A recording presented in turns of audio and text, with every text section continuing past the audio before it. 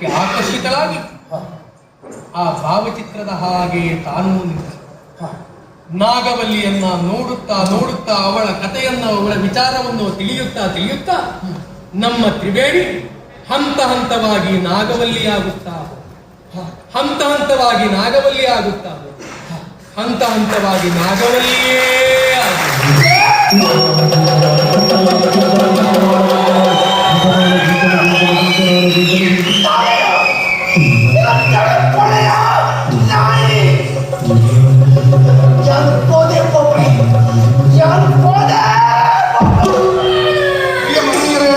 ಸುಪ್ರೇಮ ವಂದನೆಗಳು.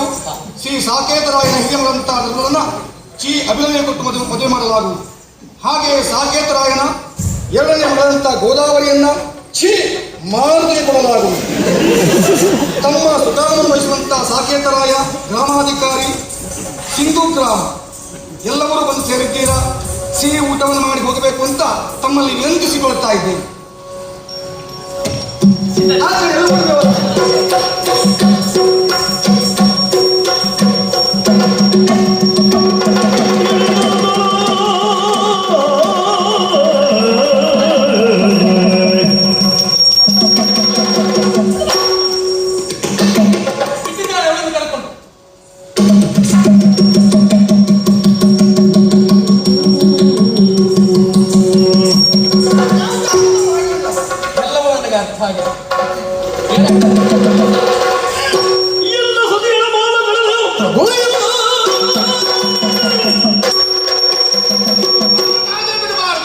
ನನ್ನ ಮಡಿಯ ಮೈ ಮೇಲೆ ಕೈ ಮಾಡುವುದಕ್ಕೆ ಮುಂದಾದ ದ್ರೋಹಿ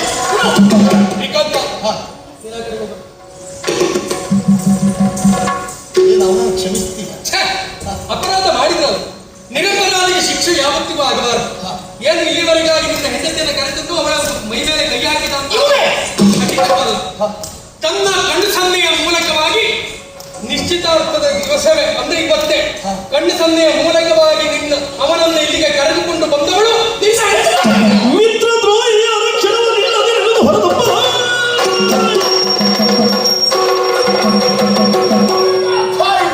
ನನ್ನ ಮನೆಯ ಸರ್ವನಾಶಕ್ಕಾಗಿ ಬಂದವ ನೀನೇ ಸರ್ವಸ್ವ ಎನ್ನುವುದಾಗಿ ಭಾವಿಸಿದ್ರೆ ನನ್ನ ಹೆಂಡತಿಯ ಮೇಲೆ ಅಪವಾದ ಹಾಕ್ತಾ ಇದೆಯ. ಅರೆ ಕ್ಷಣ ನನ್ನ ಮನೆಯಲ್ಲಿರಬಾರದು.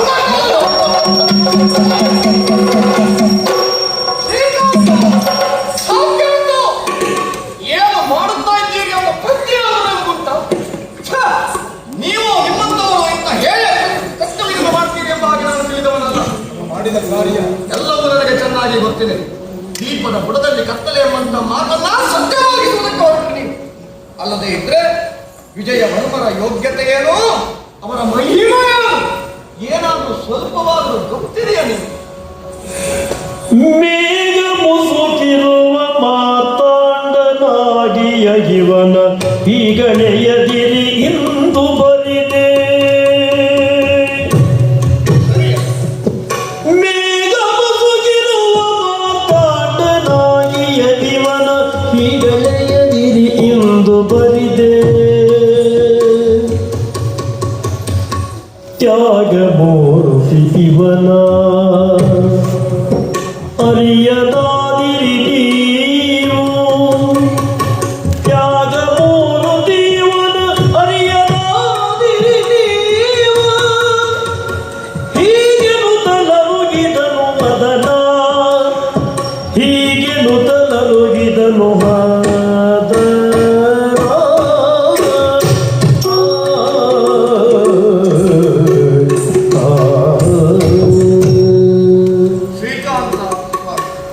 ಯಾವತ್ತಿಗೂ ಈ ಪ್ರಪಂಚದಲ್ಲಿ ನಾವು ಮೊದಲು ತಿಳಿದುಕೊಳ್ಳಬೇಕಾದದ್ದೇನು ಗೊತ್ತಾ?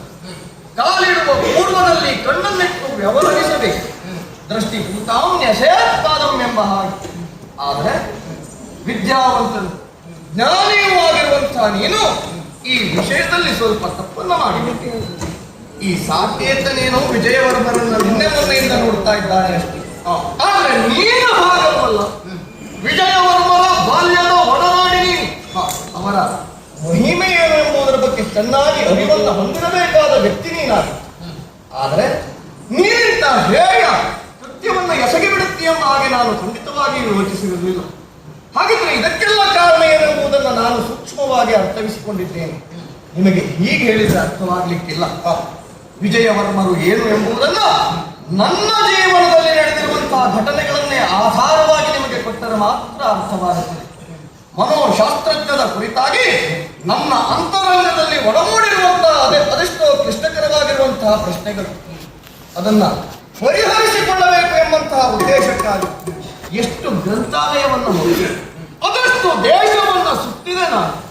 ಎಲ್ಲಿಯೇ ಹೋದರೂ ಸಮಂಜಸವಾಗಿರುವಂತಹ ಉತ್ತರ ನನಗೆ ದೊರಕಲಿಲ್ಲ.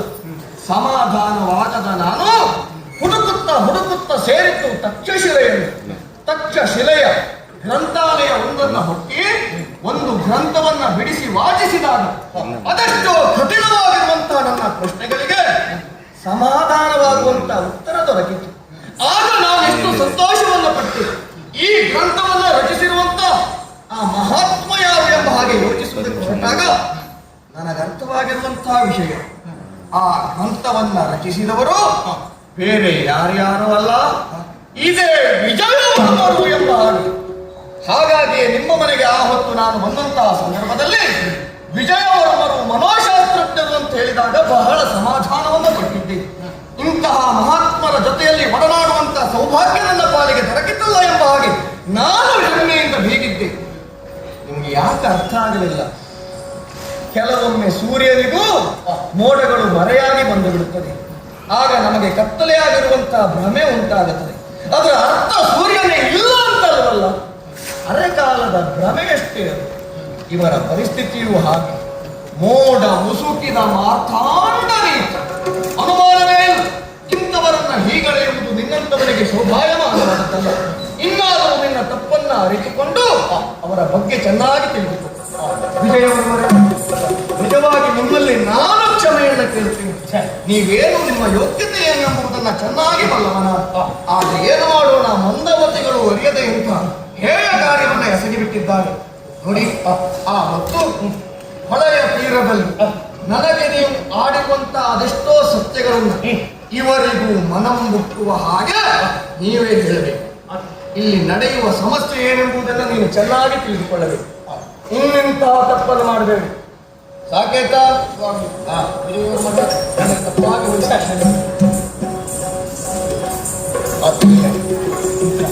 ಸರಿ. ನಿನ್ನ ಹೆಂಡತಿಯ ಕುರಿತಾಗಿ ಇಂಥದ್ದೊಂದು ಅಪವಾದವನ್ನ ಮಾತನ್ನಾಗಿದೆ ಎನ್ನುವ ಸಲುವಾಗಿ ನೀನು ಸಿಟ್ಟು ಮಾಡಿಕೊಂಡಿರೋದು ಅಪರಾಧ ಅಲ್ಲ. ಸತ್ಯವನ್ನು ನಾವು ತಿಳಿದುಕೊಂಡಿರಬಹುದು, ಆದರೆ ಪರಮ ಸತ್ಯ ಏನೆನ್ನುವುದನ್ನು ತಿಳಿಯುವಂತ ಕಾಲ ಇವತ್ತು ಒದಗಿ ಬಂದಿದೆ. ಅವರು ಹೇಳಿದ ಹಾಗೆ ಸತ್ಯವನ್ನ ಹೇಳುವ ಕಾಲ ಇವತ್ತು. ತಾಯಿಯನ್ನ ಕಾಣಬೇಕೆನ್ನುವಂತ ಆಸೆಯಿಂದಲಾಗಿ ನಾನು ಇಲ್ಲಿಂದ ಹೊರಟು ಹೋದಂತಹ ನಾನು ಮೊದಲಾಗಿ ಸೇರಿದ್ದು ಎಲ್ಲಿ? ತಾಯಿಯನ್ನ ಕಂಡ ಬಳಿಕ ತ್ರಿವೇಣಿ ಮೊದಲಾಗಿ ಕಲಿತಿರುವಂತ ಪಾಠಶಾಲೆಯನ್ನೆಲ್ಲವನ್ನ ಪ್ರವೇಶ ಮಾಡಿದ್ದೆ. ಅವಳು ಎಲ್ಲೆಲ್ಲಿ ವಿದ್ಯಾಭ್ಯಾಸ ಮಾಡಿದ್ದಾಳೆ ಅವರ ಗುರುಗಳನ್ನೆಲ್ಲ ಕಂಡೆ. ಅವಳ ಬಾಲ್ಯದಲ್ಲಿ ಅವಳ ದಿನದ ಮನಸ್ಥಿತಿ ಏನೆನ್ನುವುದನ್ನು ತಿಳಿಯುವಲ್ಲಿ ಮೂಲವಾಗಿ ನಿಂತೆ. ಕಾರಣ, ಈ ಅರಮನೆಯನ್ನ ಪ್ರವೇಶ ಮಾಡಿದ ಮರುಗಳಿಗೆ ಅವಳಲ್ಲಾದಂತಹ ಬದಲಾವಣೆಗಳನ್ನು ಗ್ರಹಿಸಿದ ಬಳಿಕ ಈ ತೀರ್ಮಾನಕ್ಕಾಗಿ ಬಂದವ. ಹೋದಂತಹ ಮರುಗಳಿಗೆ ಅಲ್ಲಿ ತಿಳಿದಂತಹ ಸತ್ಯ, ಬಾಲ್ಯದಲ್ಲಿ ತಂದೆ ತಾಯಿಯನ್ನ ಕಳೆದುಕೊಂಡಂತಹ ಆಕೆಗೆ ಬಹಳ ಮುಗ್ಧತೆಯ ಮನಸ್ಸು. ರಾಮಾಯಣವು, ಮಹಾಭಾರತವು, ಪುರಾಣವು, ಇತಿಹಾಸವು ಯಾವುದೇ ಆಗಿ ಇದನ್ನ ಕಂಡಾಗ, ಓದಿದಾಗ ಅದರ ಕುರಿತಾಗಿ ತಿಳಿಯುವಂತ ಆಸೆ, ಆಸಕ್ತಿ. ಯಾವುದಾದ್ರೂ ಒಂದು ಪಾತ್ರವನ್ನು ಅವನು ಕಂಡು ಅಂತಾದ್ರೆ, ಅದನ್ನು ಓದಿದ್ಲು ಅಂತಾದ್ರೆ, ಅದನ್ನ ತನ್ನ ಮೇಲೆ ತಾನು ಆರೋಪಿಸಿಕೊಂಡು ನಾನೇ ಆ ಪಾತ್ರವಾಗಿ ಅದರಲ್ಲಿ ಲೀನವಾಗುವಂತ ಮನಸ್ಥಿತಿ ಅವಳದ್ದು.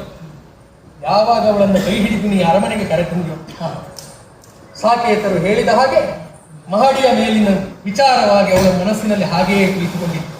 ಯಾರು ಇಲ್ಲದಿರುವಂತಹ ಸಂದರ್ಭ, ಪಂಚಮಿಯನ್ನ ಕರೆಸಿ ಕೋಣೆಯ ಬಾಗಿಲನ್ನ ತೆರೆದು ಏಕಾಂಗಿಯಾಗಿ ತ್ರಿವೇಣಿ ಮಹಡಿಯನ್ನ ಏರಿ ನಾಗವಲ್ಲಿ ಕೋಣೆಯ ಬಾಗಿಲನ್ನ ತೆರೆದು ನಾಗವಲ್ಲಿಯ ಭಾವಚಿತ್ರವನ್ನ ಕಂಡು ಆ ಭಾವಚಿತ್ರಕ್ಕೆ ಆಕರ್ಷಿತಳಾಗಿ ಆ ಭಾವಚಿತ್ರದ ಹಾಗೆ ತಾನೂ ನಿಂತು ನಾಗವಲ್ಲಿಯನ್ನ ನೋಡುತ್ತಾ ನೋಡುತ್ತಾ ಅವಳ ಕಥೆಯನ್ನ, ಅವಳ ವಿಚಾರವನ್ನು ತಿಳಿಯುತ್ತಾ ನಮ್ಮ ತ್ರಿವೇಣಿ ಹಂತ ಹಂತವಾಗಿ ನಾಗವಲ್ಲಿಯಾಗುತ್ತಾ ಹಂತ ಹಂತವಾಗಿ ನಾಗವಲ್ಲಿಯೇ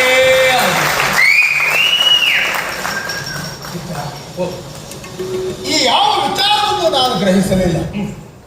ಅಲ್ಲ, ನನಗೆ ತಿಳುವಳಿಕೆಗೆ ಬರಲೂ ಇಲ್ಲ. ಹಾಗಾದ್ರೆ ನಿನ್ನ ಮಡದಿ ತ್ರಿವೇಣಿ ಈಗ ನಾಗವಲ್ಲಿಯಾಗಿ ಪರಿವರ್ತನೆಯಾಗಿದ್ದಾಳೆ. ಪ್ರಪಂಚದಲ್ಲಿ ಇಬ್ಬಗೆಯ ನೀತಿ ಅಂತ ಹಾ, ನೀನು ಕೇಳಿರಬಹುದು. 7 ವರ್ಷದ ಹುಡುಗಿ 70 ವರ್ಷದ ವೃದ್ಧೆಯರ ಹಾಗೆ ಮಾಡ್ತಾರೆ. 70 ವರ್ಷದ ಹುಡುಗನವರು 7 ವರ್ಷದ ಹುಡುಗನಾಗಿ ಆಡ್ತಾರೆ. ಇದೆಲ್ಲ ಅವರ ಮನಸ್ಥಿತಿಗೆ ಅನುಗುಣವಾದ. ಹಾಗಾದ್ರೆ ಇದು ಸತ್ಯವೋ ಸುಳ್ಳು, ಅವಳೇ ನಿಜವಾಗಿ ಹೌದು ಅಲ್ವೋ ತಿಳಿಯಬೇಕೆನ್ನುವ ಸಲುವಾಗಿ ಯಾರು ಇಲ್ಲದಿರುವಂತಹ ಸಂದರ್ಭ ಒಬ್ಬಂಟಿಗನಾಗಿ ನಾನು ದಕ್ಷಿಣ ದಿಕ್ಕಿನ ಮಹಡಿಯನ್ನ ಏರಿದವ. ಕೋಣೆಯ ಬಾಗಿಲನ್ನು ತೆರೆದೆ, ಒಳ ಪ್ರವೇಶ ಮಾಡಿದೆ. ನಾನೇ ರಾಜರಾಜೇಂದ್ರನಾಗಿ ನಿಂತೆ. ಆ ಕ್ಷಣಕ್ಕೆ ತ್ರಿವೇಣಿ ನಾಗವಲ್ಲಿಯಾಗಿ ಬದಲಾಗಿ ಆಡಿರುವ ಮಾತೇನು ಗೊತ್ತಾ? ತನ್ನ ಹಗೆತನವನ್ನು ತೀರಿಸಿಕೊಳ್ಳಬೇಕು. ಬಹಳಷ್ಟು ದಿವಸ ಅಲ್ಲ, ಬರುವ ದುರ್ಗಾಷ್ಟಮಿಯ ದಿನದಂದು ನಾನಿನ್ನ ಕೊಂದು ಬಿಡುತ್ತೇನೆ ಎನ್ನುವ ಹಾಗೆ ಪ್ರತಿಜ್ಞೆಯನ್ನ ಮಾಡಿ ಈ ಕಡೆ ನಿನ್ನ ಹೆಂಡತಿ ತ್ರಿವೇಣಿ ಆಡಿದ್ದೇನು ಗೊತ್ತಾ? ಹೆಣ್ಮಕ್ಕಳ ಮದುವೆ ಹತ್ತಿರ ಬರ್ತಾವೆ, ಪಟ್ಟಣಕ್ಕೆ ಹೋಗಬೇಕು, ಆಭರಣಗಳನ್ನು ವಿಕ್ರಯಿಸಬೇಕು, ನನ್ನೊಟ್ಟಿಗೆ ನೀನು ಬಾ ಅಂತ ಹೇಳ್ತಾ ಇದ್ದ. ಪ್ರತಿಜ್ಞೆ ಮಾಡಿದವಳು ನಾಗವಲ್ಲಿಯ ಮೂಲಕವಾಗಿ ತ್ರಿವೇಣಿಯ ಮೂಲಕವಾಗಿ ನಾಗವಲ್ಲಿ ತನ್ನ ಪ್ರತಿಜ್ಞೆಯನ್ನು ಈಡೇರಿಸಿಕೊಳ್ಳಬೇಕೆನ್ನುವಂತ ಪ್ರಯತ್ನಕ್ಕಿಳಿದಿದ್ದಾರೆ. ಇದನ್ನೆಲ್ಲ ಹೇಳಿದ್ರೆ ನಿನಗೆ ನಂಬುವುದಕ್ಕೆ ಕಷ್ಟ ಆಗಿಲ್ಲ. ಅಲ್ಲ, ನನಗೆ ಯಾಕೋ ಅವಳನ್ನು ನೋಡಿದ್ರೆ ಹಾಗೆ ಅನ್ನಿಸುವುದೇ ಇಲ್ಲ. ಒಂದು ಕೆಲಸ, ಪಟ್ಟಣಕ್ಕೆ ಹೊರಟಿರುವಂತ ನಿನ್ನ ಮಡದಿ ತ್ರಿವೇಣಿಯ ಹೋಗುವುದು ಬೇಡ ಅಂತ ತಡೆದರೆ ತಡೆದು ನೋಡಿ ಪ್ರಯತ್ನಿಸಿ.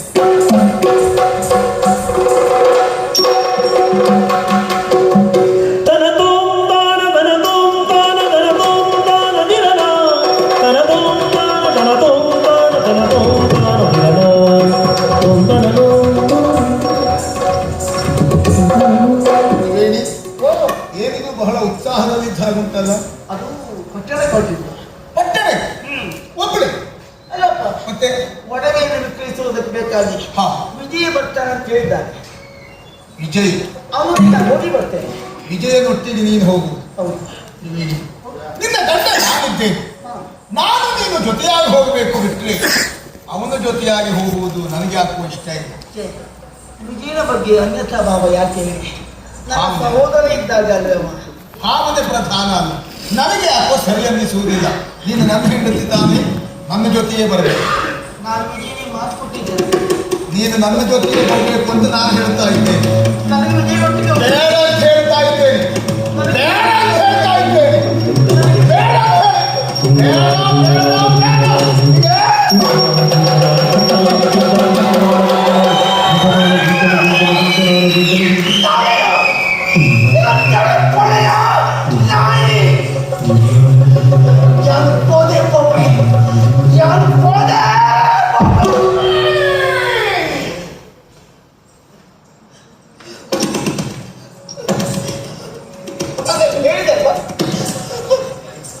ಹೇಳಿದೆ ನನಗೆ ಆಗಿದೆ ಆಗಿದೆ. ಸಮಾಧಾನ. ನೀನು ಏನು ಹೇಳಲಿಲ್ಲ, ನೀನು ಏನು ಹೇಳಬೇಕಿತ್ತು ಅದನ್ನೇ ಹೇಳಿದ್ದೀನಿ. ನೀನು ವಿಜಯನ ಜೊತೆಯಲ್ಲಿ ಹೋಗುವುದೇ ಸರಿ, ಹಾಗೆ ಮಾಡಬಹುದು. ಸಮಾಧಾನ ಮಾಡಿ ಬಾ.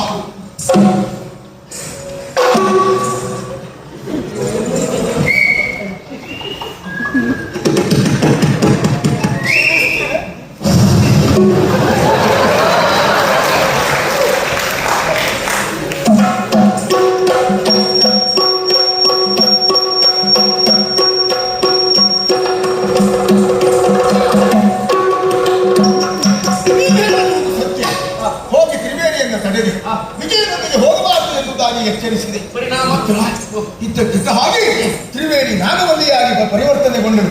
ಒಮ್ಮೆಲೆ ಆವೇಶಕ್ಕೊಳಗಾದಳು. ವಿಜಯ, ಈಗ ನನಗೆ ಅರ್ಥ ಆಯಿತು. ನನ್ನ ಮಡದಿಯಲ್ಲಿ ಆಗ್ತಾ ಇರುವಂತಹ ಬದಲಾವಣೆಗಳು ಸತ್ಯ ಎನ್ನುವುದು. ಅವುಗಳನ್ನು ಸರಿಪಡಿಸಿಕೊಳ್ಳುವ ಮಾರ್ಗವಾದರೂ ಹೇಗೆ? ನೀನು ಅವಳ ಜೊತೆಯಲ್ಲಿ ಹೋಗಬಾರದು. ಅವಳನ್ನ ನೀನು ತಡೆದೆ, ಹೌದು, ಪರಿಣಾಮವಾಗಿ ನಿನ್ನನ್ನು ನಿಂದಿಸಿದ್ಲ. ನಿಂದಿಸಿ ಬಾಯಿ ನಾಯಿ ಎನ್ನುವುದಾಗಿ ನಾನು ಇಲ್ಲಿವರೆಗೆ ಹೆಂಡತಿ ಕೈಯಲ್ಲಿ ಮತ್ತೆ ಯಾರ ಕೈಲೂ ಹೇಳಿಸ್ಕೊಂಡವ ಅಲ್ಲ. ಹಾಗಲ್ಲ, ನಿನ್ನ ಹೆಂಡತಿ ಆಡಿದ ಮಾತು ಅಂತ ಭಾವಿಸಿಕೊಂಡೆ. ನಾಗವಲ್ಲಿಯಾಗಿ ಪರಿವರ್ತನೆ ಆದಂತ ತ್ರಿವೇಣಿ ಆಡಿದ ಮಾತು ಬಿಡು. ಈಗ ನೀನು ತೀರ್ಮಾನಕ್ಕೆ ಬಂದೆ. ಅರಿತೆನರಿತೆನೆಲ್ಲ ಸುಗುಣಶೀಲನೆ ನಿನ್ನಯ ಹರಣದ ಬಲಿದಾನ ಒಳ್ಳೆ ತರುಣಿ ಆಕೆಯ ಮುಂದೆ ಕರೆದೊಯ್ದು ಬೇರೆ ತರುಣಿ ಆಕೆಯ ಮುಂದೆ ಕರೆದೊಯ್ದು ಬೇರೆ ಹೊರಡು ನೀ ದೂರ ನಮ್ಮಗಲೇ ತರುಣಿ ಆಕೆಯ ಮುಂದೆ ಕರೆದೊಯ್ದು ಬೇರೆ ಹೊರಡು ನೀ ದೂರ ಎಮ್ಮಗಲೇ. ಏನೆಲ್ಲವೂ ಅರ್ಥ ಆಯಿತು ಗೆಳೆಯ. ನನ್ನ ಮಡದಿ ನಾಗವಲ್ಲಿಯಾಗಿ ಪರಿವರ್ತನೆಗೊಳ್ತಾ ಇದ್ದಾಳೆ. ಅವಳ ಪರಿಸ್ಥಿತಿಯನ್ನೆಲ್ಲ ಗಮನಿಸಿದರೆ ಅವಳು ನಿನ್ನ ಮೇಲೆ ಹಗರಣವನ್ನು ಸಾಧಿಸುವುದಕ್ಕೆ ಪ್ರಯತ್ನಿಸ್ತಾ ಇದ್ದಾಳೆ. ಹಾಗಾದ್ರೆ ಶುಕ್ರವಾರದ ದುರ್ಗಾಷ್ಟಮಿಯಂದು ನಿನ್ನನ್ನು ಕೊಲ್ಲುವುದಕ್ಕಾಗಿ ಯೋಚಿಸಿದ್ದಾಳೆ. ಮಿತ್ರ, ನನ್ನ ಮಡದಿಯ ಕಾರಣಕ್ಕಾಗಿ ನಿನ್ನನ್ನು ಬಲಿ ಪಡೆಯುವುದಕ್ಕೆ ನಾನು ಇಷ್ಟಪಡುವುದಿಲ್ಲ. ಅಲ್ಲ, ನಿನ್ನನ್ನು ಕಳೆದುಕೊಳ್ಳುವುದಕ್ಕೆ ನಾನು ಇಷ್ಟಪಡುವುದಿಲ್ಲ. ಈ ಪ್ರಪಂಚಕ್ಕೆ, ಈ ಸಮಾಜಕ್ಕೆ ನಿನ್ನ ಅಗತ್ಯತೆ ಉಂಟು. ನಿನ್ನದಾದಂತಹ ವಿಚಾರಧಾರೆಯ ಅವಶ್ಯಕತೆ ಉಂಟು. ನಿನ್ನಂತಹ ಒಬ್ಬ ಅಮೂಲ್ಯ ರತ್ನವನ್ನ ಕೇವಲ ನನ್ನ ಹೆಂಡತಿಯ ಕಾರಣಕ್ಕಾಗಿ ನಾನು ಕಳೆದುಕೊಳ್ಳುವುದಾದರೆ ನಾನೊಬ್ಬ ಸ್ವಾರ್ಥಿ ಅಂತ ಅದೇನು ಕೇಳಿಲ್ಲ. ನನ್ನ ಮಡದಿಯನ್ನು ನಾನು ಎಲ್ಲಿಯಾದರೂ ದೂರ ತರಲಿದ್ದೇನೆ. ಅವಳನ್ನು ಹೇಗಾದರೂ ನಾನು ಸರಿಪಡಿಸಿಕೊಳ್ತೇನೆ. ನಾಗವಲ್ಲಿಯಾಗಿ ಪರಿವರ್ತನೆಯಾಗುತ್ತಾ ಇರುವಂತಹ ತ್ರಿವೇಣಿಯನ್ನ ಮೊದಲಿನ ತ್ರಿವೇಣಿಯಾಗಿಯೇ ನಾನು ನೋಡಿಕೊಳ್ತೇನೆ. ಆದರೆ ಕರೆಮುಗಿದು ಕೇಳಿಕೊಳ್ತೇನೆ, ನೀನಿಲ್ಲಿಂದ ಎಲ್ಲಿಯಾದರೂ ಹೋಗಿ ಪ್ರಾಣ ಉಳಿಸಿ. ಮಿತ್ರ, ನೀನಾಡಿದಂತ ಮಾತನ್ನು ನಾನಿಲ್ಲಿಂದ ಹೊರಟು ಹೋದೆ ಅಂತಾದ್ರೆ ನಾನು ಬದುಕಬಹುದು. ಆದ್ರೆ ನನ್ನನ್ನ ಕೊಲ್ಲಿಕ್ಕಾಗಿ ಇಲ್ಲ ಎನ್ನುವ ಸಲುವಾಗಿ ನಾಗವಲ್ಲಿ ಸುಮ್ಮನಿರ್ತಾಳೆ ಅಂತ ಭಾವಿಸಿ ಏನ್ ಮಾಡ್ತಾಳೆ? ಅವಳು ಆಡಿರುವ ಮಾತೇನೆನ್ನುವುದನ್ನು ನೆನಪು ಮಾಡಿಕೊ. ಬರುವ ದುರ್ಗಾಷ್ಟಮಿಯ ದಿನದಂದು ನಾನು ನಿನ್ನನ್ನ ಕೊಲ್ತೇನೆ. ಒಂದು ವೇಳೆ ಆ ಪ್ರತಿಜ್ಞೆ ಈಡೇರಲಿಲ್ಲ ಅಂತಾದ್ರೆ ಆಗುವ ದುಷ್ಪರಿಣಾಮ ಏನು ಗೊತ್ತಾ? ಪ್ರತಿಜ್ಞೆ ಈಡೇರಲಿಲ್ಲ ಎನ್ನುವ ಸಲುವಾಗಿ ನಾಗವಲ್ಲಿ ತನ್ನನ್ನು ತಾನು ದಹಿಸಿಕೊಳ್ತಾನೆ. ಅಲ್ಲಿಗಾದ್ರೂ ನಾಗವಲ್ಲಿಯ ರಗಳೆ ಮುಗೀತಾರೆ. ಆಗ ಸಾಯುವುದು ನಾಗವಲ್ಲಿ ಅಲ್ವೋ, ನಮ್ಮ ತ್ರಿವೇಣಿ ಅವಳು ಬೇಕು. ಅವಳು ಬೇಕು, ನಾನು ಬೇಕು ಎನ್ನುವುದಾದರೆ ಉಳಿಸಿಕೊಳ್ಳುವಲ್ಲಿ ಪ್ರಯತ್ನ ಏನೆನ್ನುವುದು ಬೇಕು. ಆಲೋಚನೆಗೆ ಇದು ಬೇಡ. ನೀನು ದುಃಖ ತಪ್ತರಾಗುವುದು ಬೇಡ. ಗೊಂದಲಕ್ಕೆ ಮನಸ್ಸನ್ನು ಕೊಟ್ಟೆವಂತಾದ್ರೆ ಮಾಡುವಂತ ಕಾರ್ಯದಲ್ಲಿಯೂ ಚ್ಯುತಿ ಎನ್ನುವುದು ಬರ್ತದೆ. ಅಂಥದಕ್ಕೆ ಆಸ್ಪದ ಕೊಡಬಾರದು ಅಂತಾದ್ರೆ ನಮ್ಮ ದೃಢ ಸಂಕಲ್ಪ ಎನ್ನುವುದು ಇರಬೇಕು. ನಮ್ಮ ತ್ರಿವೇಣಿಯನ್ನ ಉಳಿಸಿಕೊಳ್ಳುವಲ್ಲಿ, ಅವಳನ್ನು ಬದುಕಿಸಿಕೊಳ್ಳುವಲ್ಲಿ ನಾನು ಪ್ರಾಣತ್ಯಾಗಕ್ಕೂ ಸಿದ್ಧನಾಗಿ ನಿಂತವ. ಯಾಕೆ ಗೊತ್ತಾ? ಮದುವೆಯ ಕಾಲದಿಂದ ಇಲ್ಲಿಯವರೆಗೆ ನಿಮ್ಮನ್ನ ಬಿಟ್ಟಿದ್ದವನ ನಾನು. ಪ್ರಾಣಕ್ಕೆ ಪ್ರಾಣವನ್ನು ಕೊಡುವಂತ ಮಿತ್ರನಾಗಿ ನಾನಿದ್ದವ. ನೀನಿರುವಲ್ಲಿಯೇ ಮಮ ನಿಲಯ ಅಂತ ಹೇಳಿದವ. ಕೇಳು, ನಿನ್ನ ಕಷ್ಟ ನನ್ನ ಕಷ್ಟ ಅಂತ ತಿಳಿತೇನೆ. ನಮ್ಮ ತ್ರಿವೇಣಿಗೆ ಬಂದಿರುವಂತ ಕಷ್ಟವನ್ನು ನಾವಿಬ್ಬರು ಒಟ್ಟಾಗಿ ನಿಂತು ಎದುರಿಸೋಣ. ಗತಿಗಳು ಸಕಾಲಕ್ಕೆ ಅನುಗುಣವಾಗಿ ನೀವು ಸಾಕು. ಅಜರಾಮರವು ಈ ಸ್ನೇಹ ಚಿರನೂತನದ ಶುಭ ಸ್ನೇಹ ಇಲ್ಲಿಲ್ಲ ಭೇದದ ಭಾವ ಎಲ್ಲರ ಕಾವಲ ದೇವ ಅಜರಾಮರ ಚಿರನೂತನ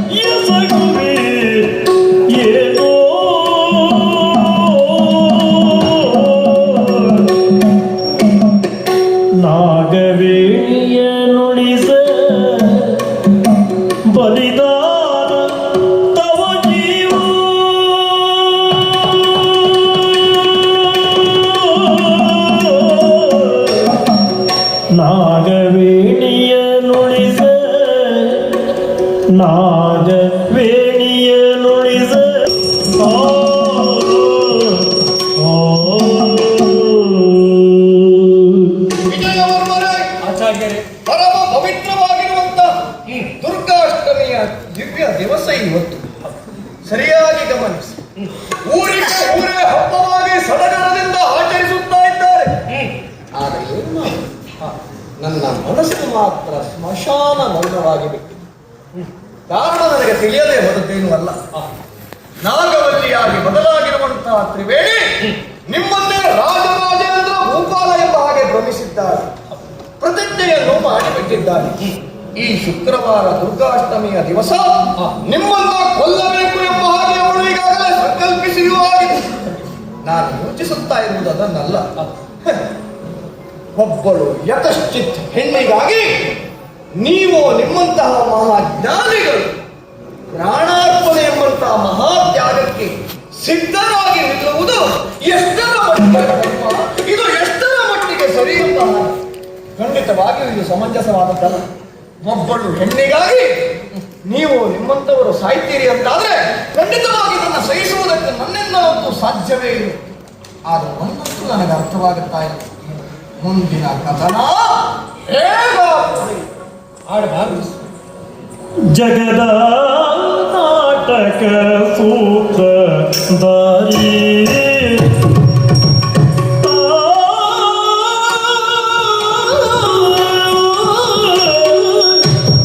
ಜಗದ ನಾಟಕ ಸೂತ್ರಧಾರಿ ಜಗದ ನಾಟಕ ಸೂತ್ರಧಾರಿ ನಮ್ಮಯ ಸ್ವಗದಿ ರಕ್ಷಿಪನುದಯ ಕರುಣ ತೋರಿ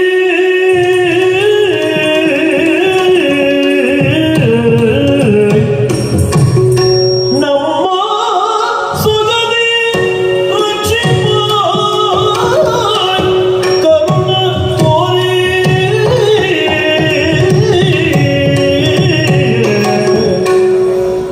ಮುಗುದೆಯ ಹರಣವ ಕಾಯ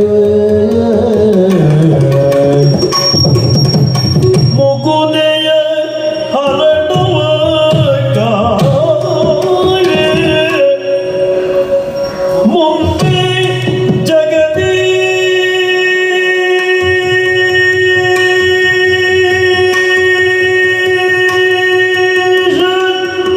ಆಟಕ್ಕೆ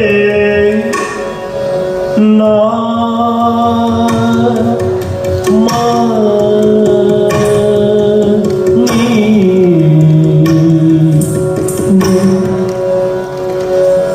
ಮುಗುದೆಯ ಹರಣವ ಕಾಯ ಮುಂದೆ ಜಗದೀಶ ನೋಟಕ್ಕೆ ನಾ ಶರಣಾವೆ ಮುಂದೆ ಜಗದೀಶ ನೋಟಕ್ಕೆ ನಾ ಶರಣಾವೆ ಜಗದ ನಾಟಕ ಸೂತ್ರಧಾರಿ ನಮ್ಮ ಸೊಗದಿ ರಚಿಪನುತ ಕರುಣವ ತೋರೆ ಮುಗುದೆಯ ಹರಣವ ಕಾಯ ಮುಂದೆ ಜಗದೀಶ ನಾಟಕ್ಕೆ ನಾ ಶರಣಾವೆ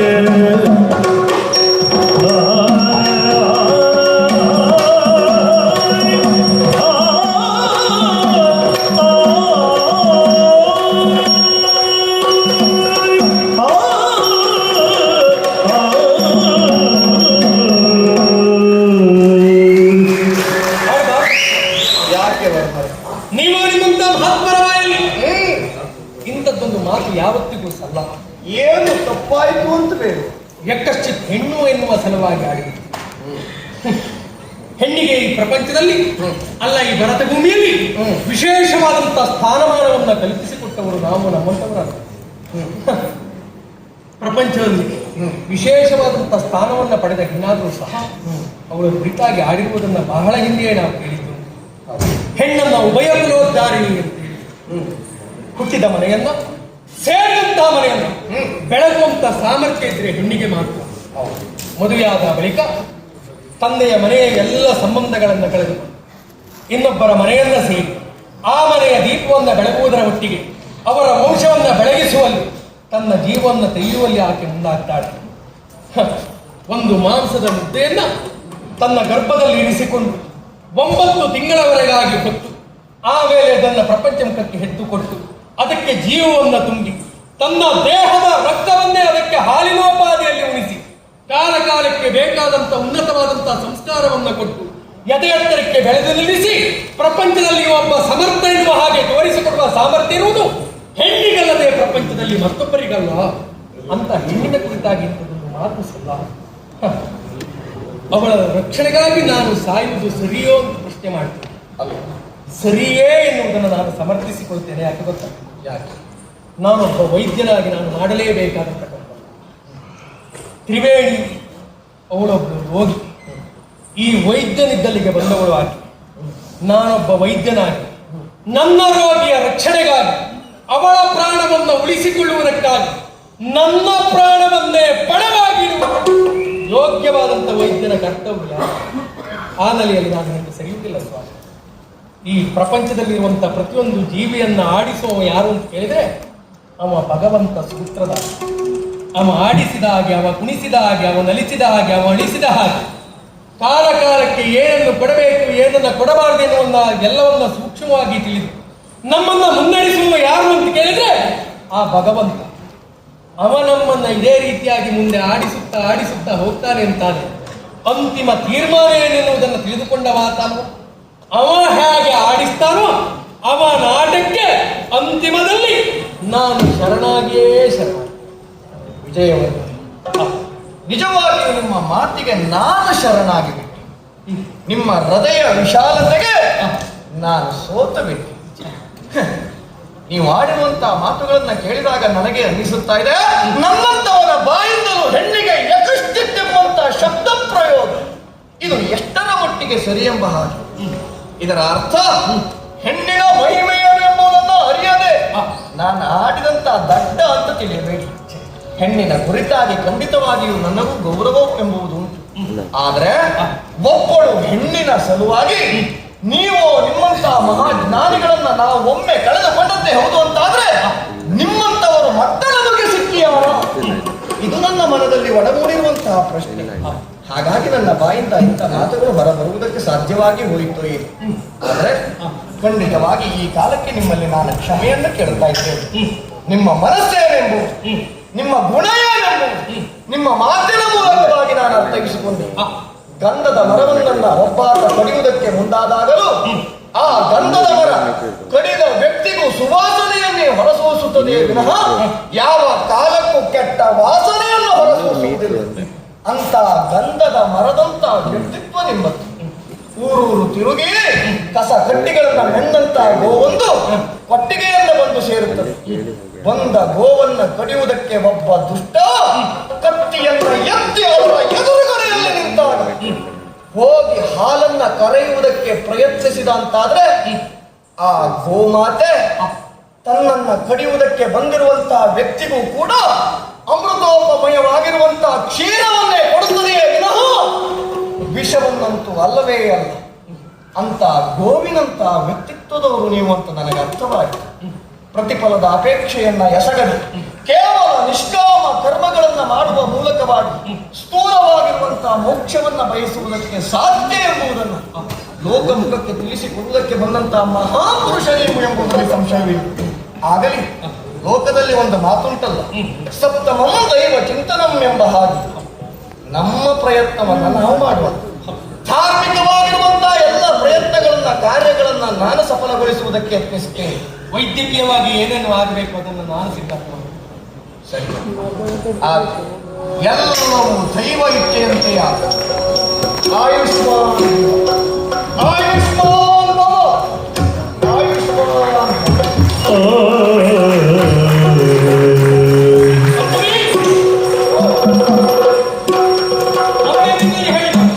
ಆಡಿ ಮಾಡುವವನಲ್ಲ. ಇಂದು ಆಡಿ ಮಾಡುವ ಸಮಯ ಬಂದಿದೆ. ಎಲ್ಲ ವರ್ತಮಾನಗಳನ್ನು ಸ್ಪಷ್ಟವಾಗಿ ತಿಳಿದವಳು ನೀನಂತ. ತ್ರಿವೇಣಿಯನ್ನು ಉಳಿಸಿಕೊಳ್ಳುವಲ್ಲಿ ನಾನು ಪ್ರಯತ್ನಶೀಲನಾಗುವ ಕಾರ್ಯದಲ್ಲಿ ಯಶವನ್ನ ಕಂಡು ಬಂದು ನಿನ್ನನ್ನು ಕಾಣ್ತೇನೆ. ಬರುವವರೆಗೆ ನಿರೀಕ್ಷೆ. ಆದಷ್ಟು ನಿಮ್ಮ ಪ್ರಯತ್ನ ಕೊಡಿಸಿ ಅಂತ ನಾನು ಪ್ರಾರ್ಥಿಸ್ತೇನೆ. ಮಾಡಲೇಬೇಕಾದ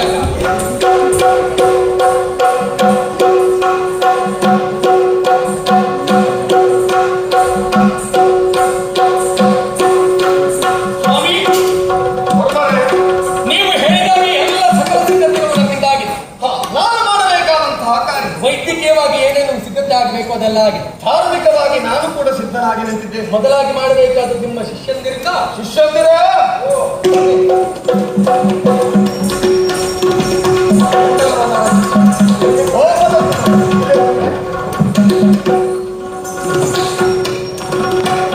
ಇನ್ನು ನನ್ನ ಧಾರ್ಮಿಕವಾಗಿರುವಂತಹ ಎಲ್ಲ ಪ್ರಯತ್ನಗಳನ್ನು ನಾನು ಮುಂದುವರಿಸುತ್ತೇನೆ. ಸಕಾಲಕ್ಕೆ ಏನೇನು ಸೂಚನೆ ಬೇಕು ನಿಮ್ಮಿಂದ ಕೊಡಿ. ಶ್ರೀಕಾಂತ ಎಲ್ಲವರ ಪಾಲಿಗೆ ಕುತೂಹಲಾಗಿ ನೋಡು, ಅನೇಕ ಬಾರಿ ನಾನು ಎಲ್ಲರಿಗೂ ಸೂಕ್ಷ್ಮವಾಗಿ ತಿಳಿಸಿದ್ದು ತ್ರಿವೇಣಿ ನಾಗದಲ್ಲಿ ಆಡುವುದು ಹೇಗೆ ಹೇಗೆ ಎನ್ನುವುದು ಎಲ್ಲರಿಗೂ ಕುತೂಹಲ. ಅಂದು ಇವತ್ತಿಗೆ ಅದು ತೆರೆ ಬೀಳುತ್ತದೆ. ಎಲ್ಲವರ ಕುತೂಹಲವನ್ನ ಕೆರಳಿಸಿ ತ್ರಿವೇಣಿ ನಾಗವಲ್ಲಿಯಾಗಿ ಬದಲಾಗುವುದು ಹೇಗೆ ಎನ್ನುವುದಲ್ಲ ನೋಡ್ಬೇಕಾ ಎಲ್ಲರೂ ಎಳೆಯುತ್ತದೆ.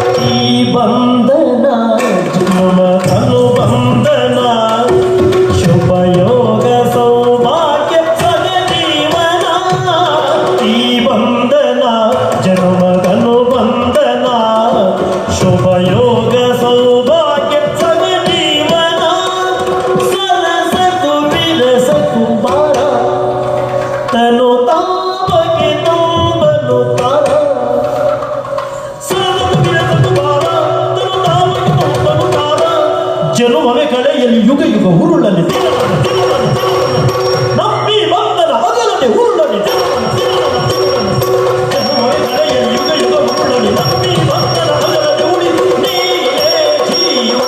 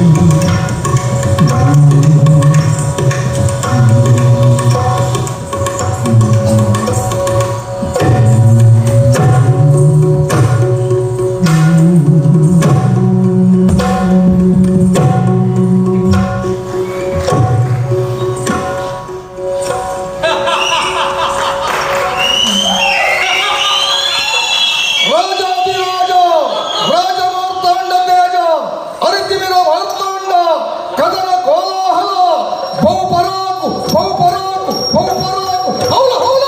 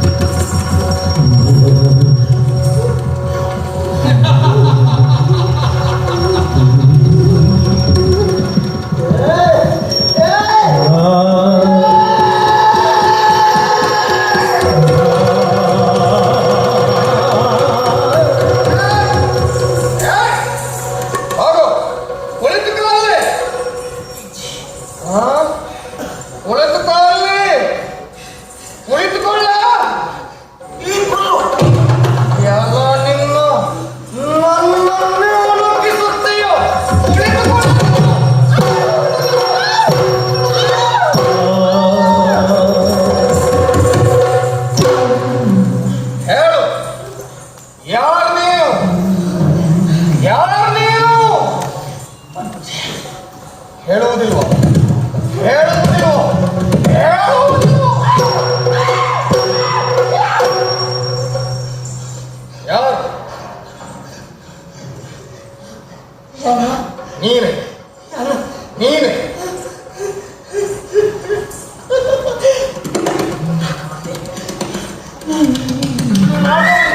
ನಾಗವಲ್ಲಿ ಯಾಕೆ ಬಂದಿದ್ದೀಯ ಇಲ್ಲಿಗೆ?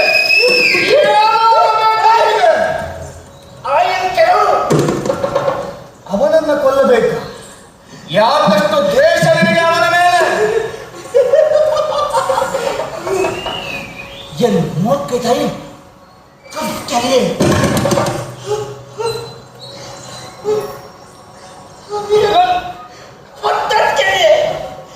ಅಯ್ಯನ್ ಪುಟ್ಟುಜಿ ಅಯ್ಯನ್ ಪುಟ್ಟುಜಿ ಅಯ್ಯನ್ ಪುಟ್ಟಕ್ಕೆ ನನ್ನ ಭಾಷೆ ಓ ನಿನ್ನ ಪ್ರಿಯತಮನನ್ನ ಕತ್ತಿಯಿಂದ ಇರಿದು ಕೊಂದ, ನಿನ್ನನ್ನ ಬೆಂಕಿಯಲ್ಲಿ ಸುಟ್ಟು ಕೊಂದ. ಹಾಗಾಗಿ ನೀ ಅವನನ್ನ ಕೊಲ್ಲಲೇಬೇಕು. ಇದು ನಿನ್ನ ಭಾಷೆ. ಸರಿ, ಒಮ್ಮೆ ನೀ ಅವನನ್ನ ಕೊಂದದ್ದೇ ಹೌದು ಅಂತಾದ್ರೆ ಈಕೆಯ ದೇಹವನ್ನ ಬಿಟ್ಟು ಸಾಗುತ್ತೀಯೋ?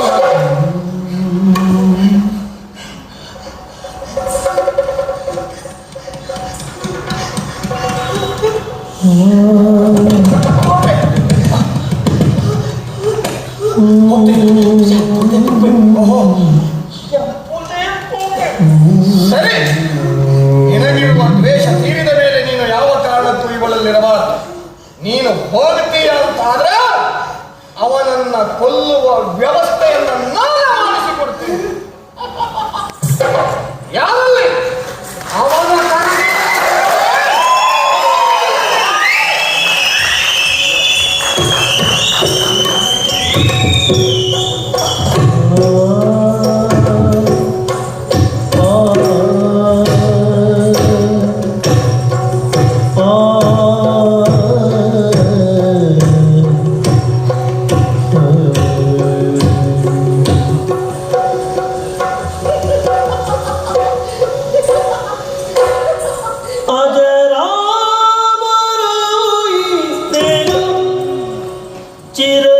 ಚಿರನೂತನದ ಶುಭ ಸ್ನೇಹ ಇಲ್ಲಿಲ್ಲ ಭೇದದ ಭಾವ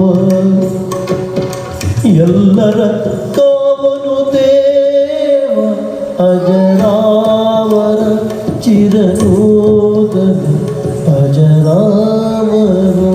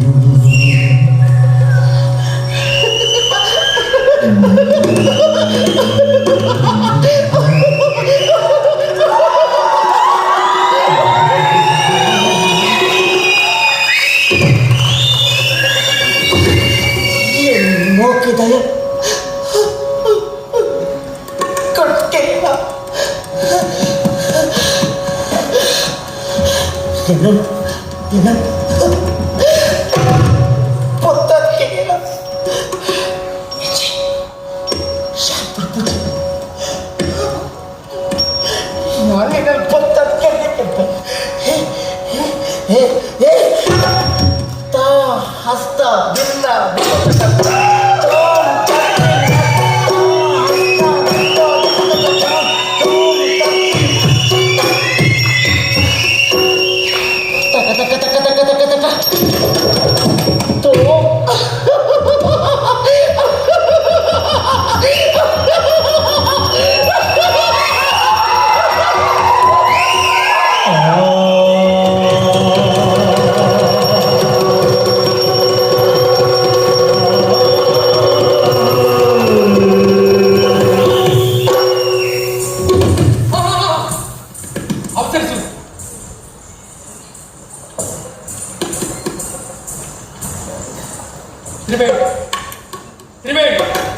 ನಿಧಾನವಾಗಿ ನಿನ್ನ ಮನಸ್ಸು ತಿಳಿಯಾಗಿದೆ.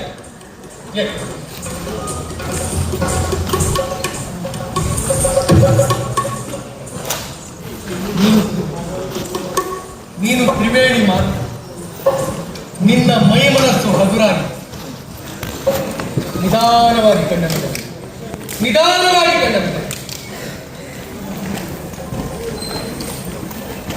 ಓ ಆ ಕಡೆ ಇದ್ದವ ಯಾರು ಗೊತ್ತಾ? ಗೊತ್ತಾಗ್ತದೆ.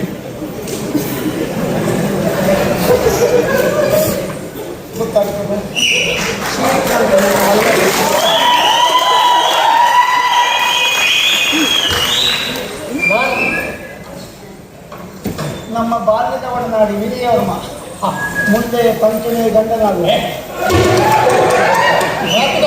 ಇನ್ನು ಆಗಿದೆ ಆಗುವ ಇವರು ಒಳ್ಳೆದಾಗಿ ಒಳ್ಳೆದಾಗಿ ಕೈ ಮುಗಿಯುವ ಮೊದಲೇ ಆಶೀರ್ವಾದ ಮಾಡಬಾರದು. ನಿನ್ನ ಮನಸ್ಸಿನಲ್ಲಿ ಏನೇ ಕೈ ಮುಗಿತಾ ಇದ್ದೀಯ ಅನ್ನೋದು ನನಗೆ ಅರ್ಥ ಆಯ್ತು. ಒಳ್ಳೆದಾಗಿ ಆಯುಷ್ ಹೆಚ್ಚಾಗಿ ಆಯಸ್ಸು ಹೆಚ್ಚಾಗಿ ವಿಜಯವರ್ಮ ಅಂತೂ ನಿಮ್ಮ ಮನೆಯಲ್ಲಿ ನಡೆದಿರುವಂತಹ ಸಂಕಷ್ಟಗಳೆಲ್ಲವೂ ಪರಿಹಾರವಾಯಿತು. ಸರಿ, ಬಂದ ಪೀಡೆ ಮನೆಯಿಂದ ಹೊರ ತೊಲಗಿತ್ತು. ಹಾಗಿದ್ರೆ ನಾನು ಬಂದಿರುವಂತಹ ಕಾರ್ಯದಲ್ಲಿ ನಾವು ಯಶಸ್ಸನ್ನು ಪಡೆದುಕೊಂಡಿದ್ದೇವೆ ಅಂತ ನನ್ನ ಮನಸ್ಸೇ ಗೊತ್ತಾಗಿದೆ. ಹಾಗಾಗಿ ನಾನು ಇನ್ನು ಹೆಚ್ಚೊತ್ತು ಇಲ್ಲಿ ನಿಲ್ಲುವ ಹಾಗಿಲ್ಲ. ಆದಷ್ಟು ಬೇಗ ತಕ್ಷಶಿಲೆಗೆ ಹೋಗಬೇಕು. ಅಲ್ಲಿ ಇನ್ನಷ್ಟು ನನ್ನ ಶಿಷ್ಯಂದಿರಿದ್ದಾರೆ. ಅವರ ಜೊತೆಯಲ್ಲಿ ಸೇರಿ ಅನುಷ್ಠಾನವನ್ನು ಇನ್ನೂ ಅಧಿಕ ಸಂಖ್ಯೆಯಲ್ಲಿ ನಾನು ಮಾಡಬೇಕು. ಹಾಗಾಗಿ ನಾನು ಹೊರಡ್ತಾ ಇದ್ದೇನೆ. ಸರಿ ಸರಿ ಒಳ್ಳೇದು ಒಳ್ಳೇದು. ಬನ್ನಿ ಮತ್ತೆ ಆಯ್ತು ಮತ್ತೆ ಸಹಜ ಬನ್ನಿ ಸಹಜ ಬರ್ತೇನೆ. ಸಮಸ್ಯೆ ಇಟ್ಕೊಂಡು ಬರುದು. ಒಳ್ಳೇದಾಯ್ತು. ಸುಖವಾಗಿ ಸಂಸಾರ ಸಾಕು. ಇನ್ನು ನೀವು ಯೋಚಿಸುವುದು ಬೇಡ. ನಿಮ್ಮ ಪಾಲಿಗೆ ಬಂದಿರುವಂತ ಕಷ್ಟಗಳೆಲ್ಲ ದೂರವಾಗಿ ಹೋಯ್ತು. ನಾಳೆಯಿಂದ ನಿಮ್ಮ ಸಜ್ಜೆಯನ್ನೇ ಅಲ್ಲ ಆ ಕಡೆ ದಕ್ಷಿಣ ದಿಕ್ಕಿನ ಕೋಣೆ ಆ ಸಜ್ಜೆ ನಿಮ್ದು ನಾಳೆಯಿಂದ ಅಲ್ಲಿ ಇರಲಿ. ಏನು ಸಮಸ್ಯೆ ಆಗುತ್ತದೆ? ಹೌದು, ಅಲ್ಲಿ ಯಾರು ಇಲ್ಲ. ಅಲ್ಲೊಂದು ನಾಗವಲ್ಲಿ ನಾಗವಲ್ಲಿ ಎಲ್ಲ ಹೋಗಿ ಆಯ್ತು. ಇನ್ನು ನಾಗವಲ್ಲಿ ಇಲ್ಲ. ಮುಗಿದ್ರೆ ಸಾಕು. ನೀವು ನೋಡ್ರೆ ಗೊತ್ತಾಗ್ತದೆ. ಅದಲ್ಲ ಅದಲ್ಲ ಈಗ ಕೇವಲ ನಮ್ಮಿಬ್ಬರ ಬಗ್ಗೆ ಆಲೋಚನೆ ಮಾಡ್ತಾ ಇದ್ದೇವೆ ಬಿಟ್ರೆ ನೀವೇನಾದ್ರೂ ಮದುವೆ ಹ, ನಮ್ಮ ಮನಸ್ಸು ಒಪ್ಪಿದೆ. ಹಿರಿಯವರಲ್ಲಿ ಮಾತಾಡಿ ಆದಷ್ಟು ಬೇಗ ಪಂಚಮಿಯನ್ನು ಮದುವೆ ಆಗುತ್ತೆ. ಹಾಗಂತ ನಮ್ಮ ಸಂಬಂಧ ಇಲ್ಲಿಗೆ ಮುಗಿಯಬಾರದು. ಆಹಾ. ನೀನು ಆಗಾಗ ಇಲ್ಲಿಗೆ ಬರ್ತಾ ಇರಬೇಕು, ನಮ್ಮ ಜೊತೆಯೇ ಇರಬೇಕು. ಯಾವಾಗ ಬರ್ತೀಯ ನೀನು ಯೋಚಿಸುವುದೇ ಬೇಡ. ಇವರೆಲ್ಲ ನಮ್ಮನ್ನು ನೋಡುವುದಕ್ಕೆ ಯಾವಾಗ ಬಯಸ್ತಾರೆ ಹಾಗೆ ನಿಮ್ಮ ಕಣ್ಣೆದುರಿಗೆ ನಾವು ಬಂದು ನಿಲ್ಲುವುದಕ್ಕೆ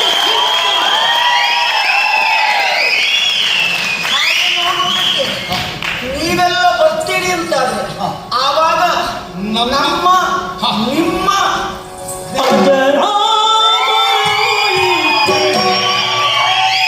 ಚಿರನೂತನದ ಶುಭ ದಿನ